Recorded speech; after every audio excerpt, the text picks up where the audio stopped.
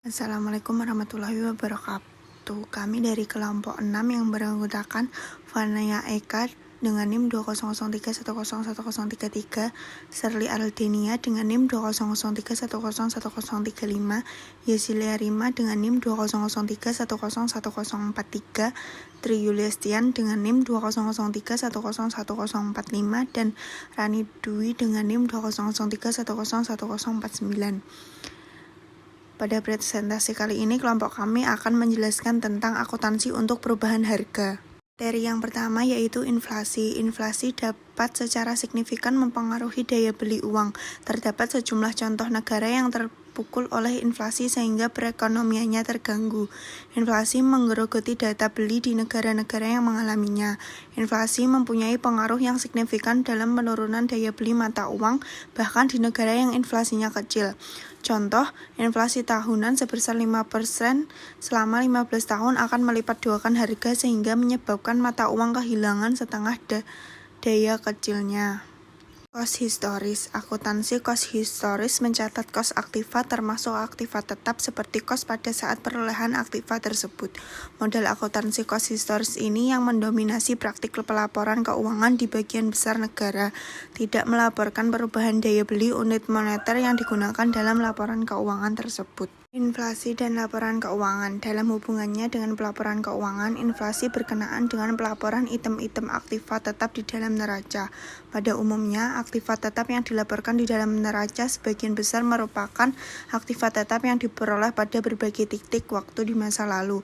Oleh karena itu, angka yang dilaporkan untuk masing-masing item aktiva tetap idealnya ditentukan dengan memperhitungkan ketiga faktor berikut, yaitu jumlah rupiah yang melekat pada sistem aktiva tetap ketika item aktiva tetap tersebut diperoleh, titik waktu kapan item aktiva tetap tersebut diperoleh, dan tingkat inflasi yang khusus terjadi untuk masing-masing item aktiva tetap. Daya beli valuta sekarang. Laporan keuangan ditunjukkan kepada pihak eksternal untuk membantu mereka dalam pengambilan keputusan ekonomi. Untuk itu, pemakaian laporan keuangan membuat analisis laporan keuangan yang pada umumnya dilaksanakan dengan menggunakan angka-angka rasio. Rupiah atau valuta lain dapat digunakan sebagai suatu denominasi jika rupiah mempunyai daya beli yang konstan. Ini dapat dilaksanakan dengan mengambil rupiah pada suatu titik tertentu.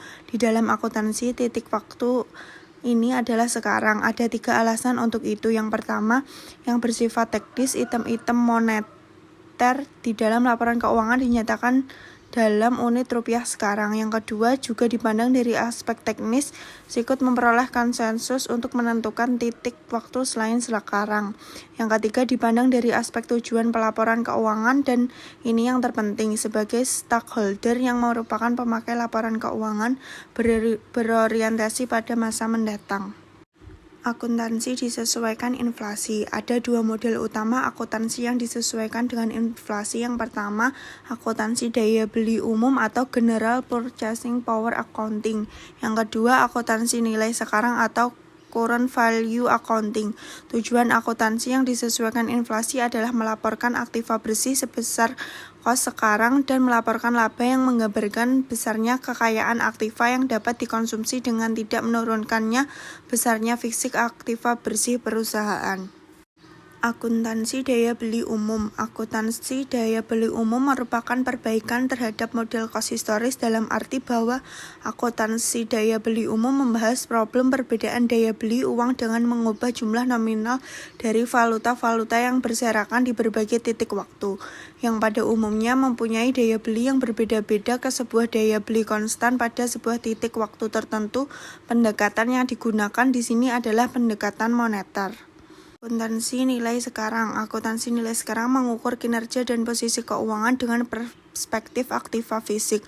Model ini berfokus pada perubahan harga aktiva fisik yang dimiliki, digunakan atau dijual oleh perusahaan.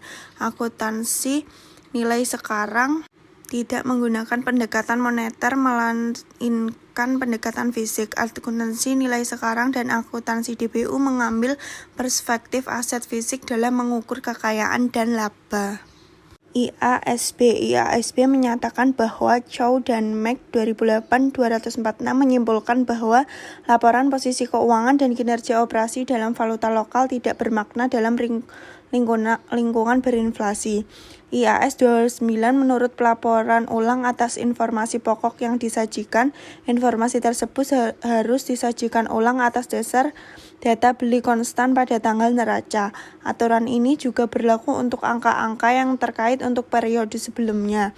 Laba atau rugi perubahan daya beli yang terkait dengan utang moneter bersih dan posisi aset harus dimasukkan dalam tahun berjalan.